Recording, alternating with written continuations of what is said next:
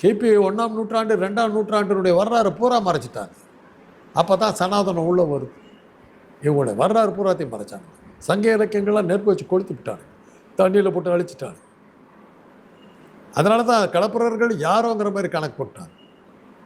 களப்பிரர் காலத்தில் தான் தொல்காப்பியம் இருக்குது, சங்க இலக்கியங்கள் வந்து ஒரு திருக்குறள் அப்போ தான் எழுதுகிறான். தமிழுடைய மகோன்னதமான காலம்.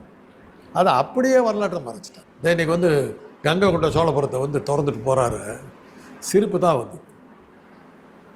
அதோடைய ஹிஸ்ட்ரி அவருக்கு சொல்லல. அவர் கங்கை கொண்ட சோழபுரம்னா என்ன? கங்கை ஆண்ட ராஜபுத்திர அந்த அந்த வந்தேரி பசங்க அவனுங்களை உதச்சி அவனுக்கு முதுகில் கங்கை தண்ணி குடத்தில் ஏற்றி அவனுக்கு ஒரு 100 பேர்த்த கூட்டிகிட்டு வந்து சோழ கங்கைன்னு ஒரு குடத்தை வெட்டி அதில் கொட்ட வச்சான். ஜாக்கிரதையாக இருந்துக்க. கங்கையை வெற்றி கொண்ட சோழபுரம். அதுவே உங்கள் மகானுபா விஸ்வகுருன்னு கனிமொழி நல்ல பேர் சொன்னாங்க. விஸ்வகுருக்கு தெரியுது. கங்கை தண்ணியை கொண்டு அங்கே கொட்டி புனிதமாக்கிட்டான்னு அந்த ஆள் பேசிட்டு போகிறான். எழுதி கொடுத்துருக்காரு. சொல் புத்தியாக இருக்கணும், சுய புத்தியாக இருக்கணும், ரெண்டு இல்லாத ஆள்கிட்ட இருந்தது சொல்லு. அன்றைக்கி பார்க்கும்போது ஒரே சிரிப்பு எனக்கு. உள்ள உதப்போன்னு சொல்கிறதுக்கு அடையாளமாக எழுப்பப்பட்ட கோயிலில் வந்து இந்த ஆள் வந்து பேசுகிறாரு. உதச்ச ஊர், வடநாட்டுக்காரன் உதச்ச ஊர். 2 மன்னர்கள் தான் வரலாற்றில் அந்த மாதிரி இடம் பெறாங்க. 3 பேர்.